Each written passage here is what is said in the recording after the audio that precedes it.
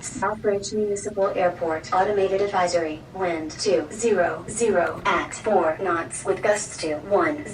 Temperature 74 Fahrenheit. 2.66 Fahrenheit. Altimeter 298.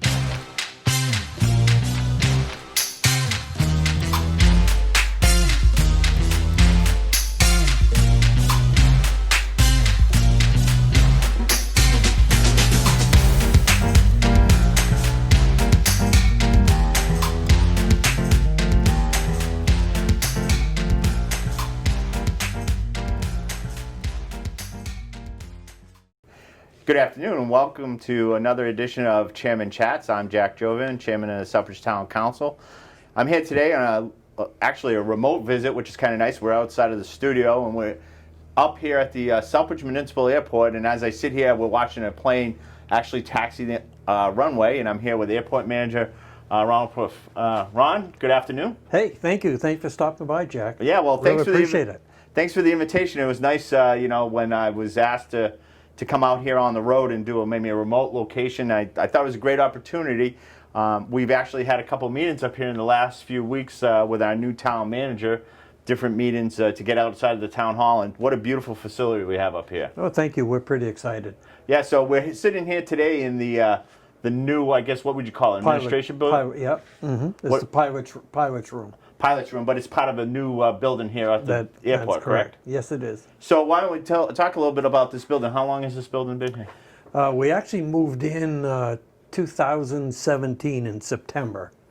It took a couple years to build it because when they first began, they ran into winter time and couldn't pour concrete and a few other problems.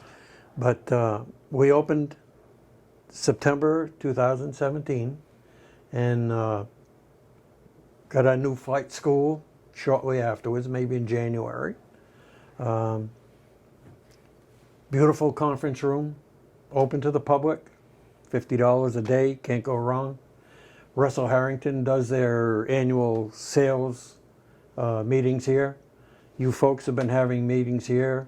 We have a national archery club that has their annual business meeting here on a weekend. They take a whole weekend. Several people. We've had Mass DOT transportation people here. We did they wanted to do a follow-up on tornado damage, so they spent quite a few hours up here. Again, it's open to anybody that wants space. So this building, was this part of the replacement because of the tornado? This building was not. Mass DOT Aeronautics Division has a program where they select 5 airports at a time. We have 39 general aviation airports in Massachusetts. And what they're doing is they're going through all 39 airports, and they're either renovating administration buildings or building new ones. And of course, we were in the first group because of the tornado. We had nothing but a little white shack here. I think you remember that. We ended up with this beautiful building. Yeah, it is a great building. And so we're very fortunate. I know as the town council, we get a lot of grants from Mass Department of Transportation. And what I know one of the latest projects that we have is the fuel farm that we just did. Why don't we talk about a little bit about that? How many airplanes do we have that fly or actually based here? Based, when I began back in 2014, I actually was appointed. I was appointed in 2013 in the fall, and actually physically moved here May 1st, 2014. At that time, there was 10 airplanes here. We currently have 33. And we have no more hangar space available. So one of our future projects is to get or build a new hangar. Hangar space is very much a premium right now, no matter what airport you go to. So I have a list. I have a waiting list. Mm-hmm. And the plan is to build a 10-place T hangar.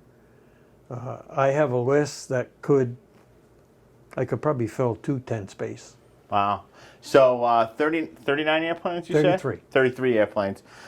So that's great. The airport is run by the Airport Commission, not by the town council, or it comes under the umbrella of the Airport Commission. Correct. And you're responsible for all the grounds and everything, right? Everything, yes, sir. So the fuel farm was a grant that came out, and how many gallons of fuel do we have out there currently? Well, right now we have 8,000. We had a 10,000 gallon tank in the ground that was at the end of its useful life. So it had to come out of the ground anyway. We moved it to an above ground tank, 8,000 gallons. And one of my other future plans is to get Jet A fuel in here, because now we're starting to get a lot of helicopters and small jets that come in here, and they use Jet A fuel. Now, when we put this fuel farm in, I learned a little bit about fuel tanks. And what we can do is, we'd like to start with Jet A with a small amount to make sure that we can move it, because Jet A fuel has a shelf life of 6 months. Now, when we built that fuel farm and we designed it for 2 tanks, 2 8,000 gallon tanks. What I learned was that we can petition a tank, an 8,000 gallon tank, to any quantity we want, whether it be 2,006, like 2,000 with Jet A, 6,000 with avgas, which is the regular aviation fuel, and they would have a circulating pump on the Jet A portion of it, because if Jet A sits over 6 months, it's no good. So it has to be recirculated. And they have a device that circulates that fuel. You can do it every 2 weeks, every month, and it saves the fuel.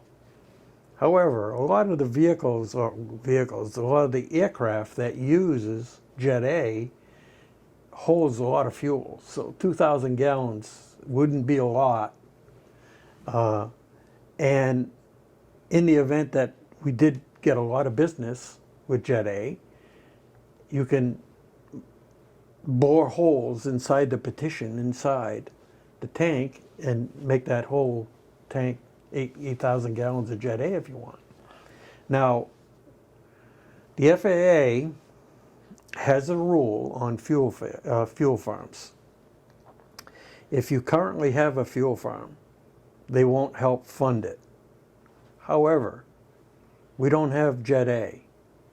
So the folks at Mass DOT Aeronautics went back and forth with the FAA and said, hey, this is like having a brand new fuel farm, because we never had Jet A before.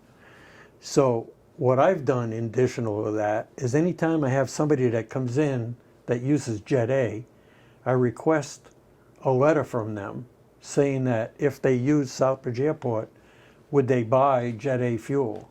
And so far I've got two great letters. The gentleman came in from Dallas, Texas, in a small corporate jet. Happens to be the treasurer for Aubuchon hardware stores, and they're nationwide. Well, they started a new business in Charlton with leasing trailers for tractor trailers. And I spoke with him quite a while and requested a letter from him, and sure enough, he says, as soon as I get back to Dallas, I'll send you one. He did. Oh, that's great. So we have people that come in for fuel on a regular basis. We have this new building, here, a new fuel farm, and recently the town council approved coming out to do a feasibility study on the runway. It looks like the runway, I say that we have a jewel here, because I travel the state quite a bit for my regular business. I see a lot of small municipal airports. Maybe I'm biased, but I say we have probably the best one in the state for a small airport. But plans on a feasibility study to do some runway improvements. What's the plan on the runway improvements? The FAA rates the quality of a runway, and they use an index, and I'm not sure how they come up with that index, but the magic number is 70. And I know part of it is age, and because condition takes part in that also. But I don't know how they come up with the formula to get to that number. Currently, our airport is rated at 56, so it's below the 70. And as far as I know, it's the first time that any real major work has been done on this runway. So the FAA would like to do a total reconstruction. They're going to dig it right up, right down to the base, and start all over again. They're also going to include brand new LED lighting. There's also a new requirement with the FAA for as you enter the runway from the taxiway, on the south end of the airport, there's a 45-degree angle where they stop and do their runway and make sure everything is clear. Well, now it has to be 90 degrees. So they're going to make that adjustment, and in order to do that, they're going to have to relocate part of that road at the end of the runway. Where it's nice and round, they're just going to bring it out a little bit further. So is there an expansion on the length of the air? No, I tried to get them to agree to doing that, because in the master plan we have 500 more feet that we want to add on the north end.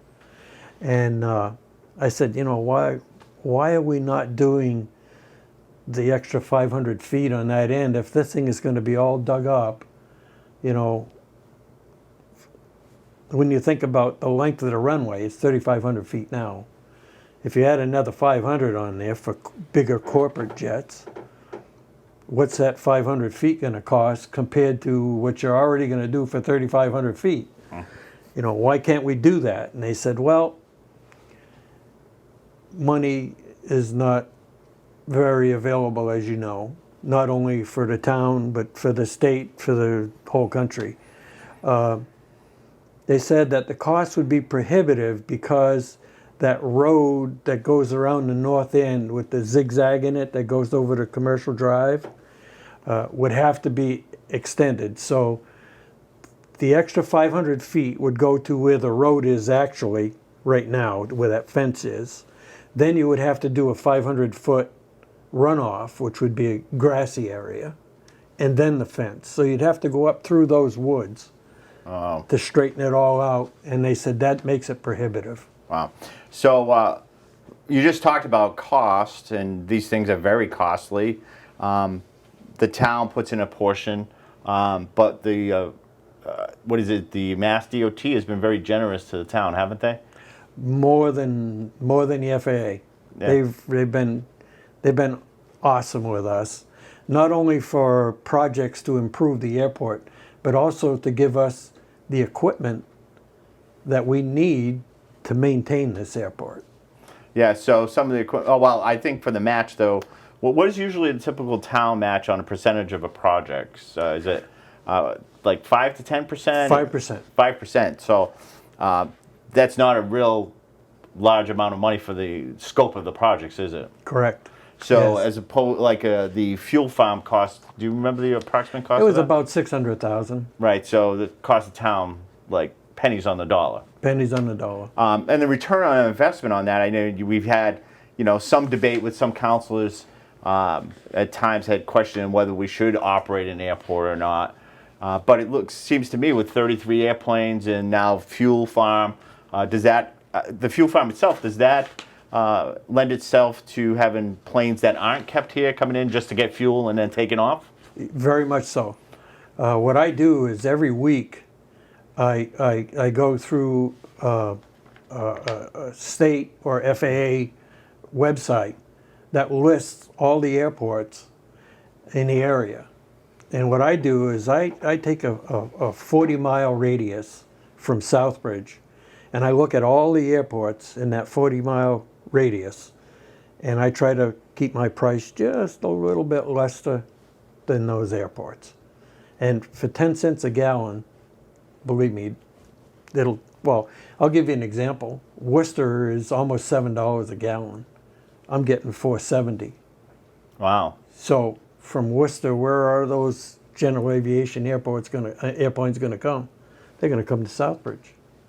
Whether they're going or coming, they're going to stop here. So that just goes to show how much Worcester Airport's making on their gas, I guess. Yes, that's right. Because we're not in the business of losing money. Correct. Right, that's great. Correct. So, oh, excuse me. So we've talked about the runway, we've talked about the fuel farm. The other little nugget that I guess we have here is the diner next door. And I know this year has been tough with COVID-19. It was closed for a period of time. But do we get a lot of activity out of the restaurant and people wanting to come out here for that? Absolutely. We have a lot of locals that come and visit the diner. And that crowd is getting bigger and bigger all the time, because you never know when airplanes are going to fly. If the weather's not good, they're not coming. So he has to rely on locals to support the place. And on weekends, like we're hopefully going to have this weekend again, this place is loaded with airplanes. Every type of airplanes you can think of is here. They come from all over the place. I have a group from White Plains, New York. They come with 5 airplanes almost every Sunday. Some of them use Jet A. They're doctors and lawyers. They get high, expensive airplanes. And they love to come to Southbridge. It's about an hour and 15-minute flight from where they come.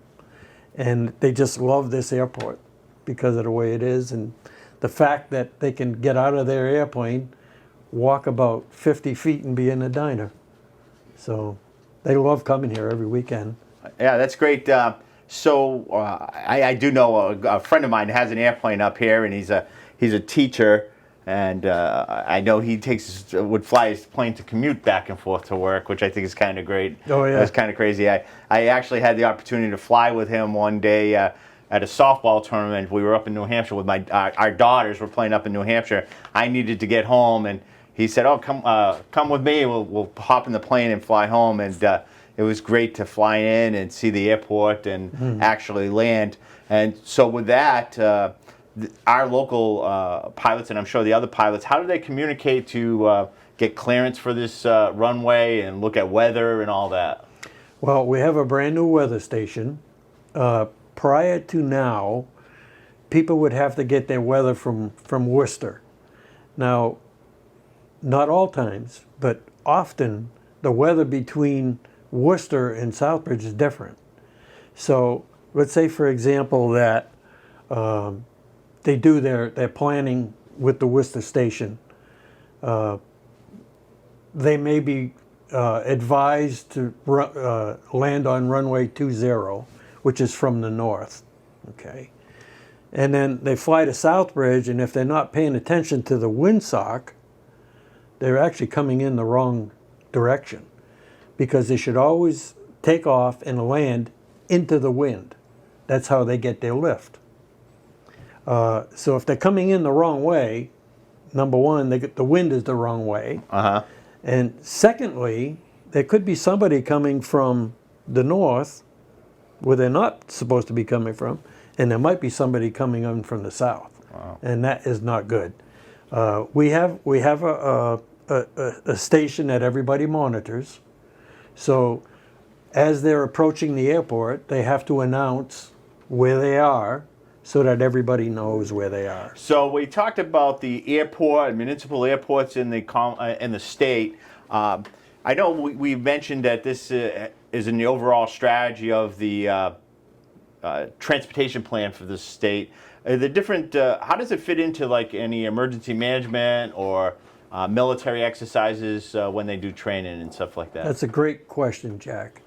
I've actually had Black Hawk helicopters up here for 2 different exercises. First of all, the Southbridge Airport could be a staging area if we ever had a disaster in town and they needed to bring in supplies, they could bring them right into Southbridge here. It would be the same thing with an evacuation. If we ever had God forbid, a terrible accident or whatever happened here in town, they can use this airport to evacuate people. So we did a refueling exercise one time. We brought in two helicopters, and they brought in a big tanker, and they got a permit to bring it on the Mass Pike, which was a surprise. And they did an exercise where they were refueling.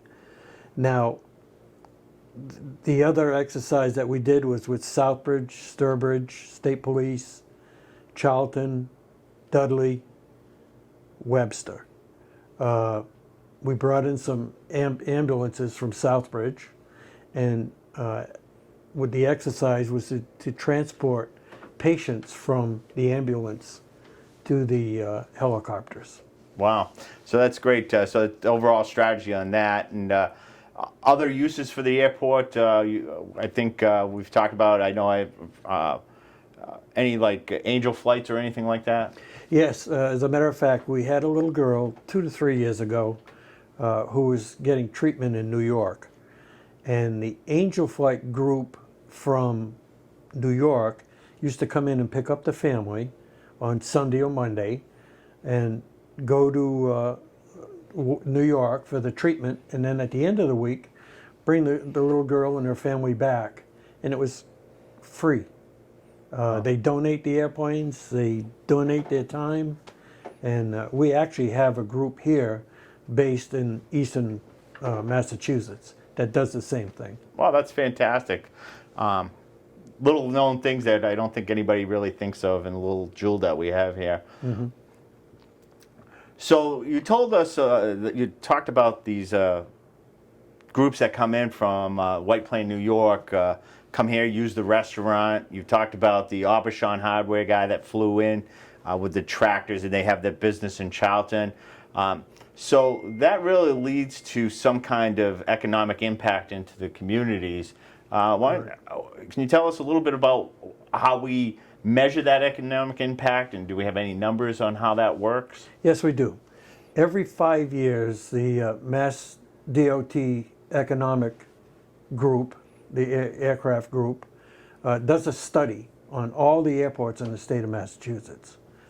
And our last one was done in 2019. What it shows is not just Southbridge Airport, but the surrounding area, Charlton, Sturbridge, Webster, Dudley. And the general impact of the first part of it is the money that's actually brought into Southbridge Airport, all right? And then there's a multiplier. For example, my salary. My salary comes out of that, and that's all money that's generated here at the airport. My salary is not part of the town budget. Now, I take my money and I go out and I spend it buying clothes, going to restaurants, buying gas downtown, wherever I spend it in the area. So that's called a multiplier. Now, all 57 employees that are affected in this area, it multiplies again, plus the grant money that comes in that pays for all the contractors that are working here on a project or whatever. And the total impact per year at, again, 2019 numbers was like $6.2 million that this airport generates. Well, in the area. So that's great. So when we talked about that earlier, the return on investment, obviously we're just saying now, no money comes out of the regular town's operating budget. It is the enterprise account. So all the airplanes that are stored here, 33 airplanes, they pay a hangar fee. That goes into the enterprise account. The restaurant, the income they generate, the rent and all that, that goes to the enterprise account. That's the money that is used, portion to pay the salaries, the operating costs of the airport, which is fantastic. Yep. So we have to keep that in mind that when there's talk about, is the airport viable? certainly sounds like it is, and the investment we have up here is a benefit to the town of Southbridge, and hope to see this place grow as we've talked about the different projects. Then tourism too. I mean, people fly in here from Martha's Vineyard and they go to Old Sturbridge Village, or they go to the flea market. I have a funny story. There are two teachers from California, right? San Francisco. They have a little Cessna 182, a four-seater. They have oxygen in it.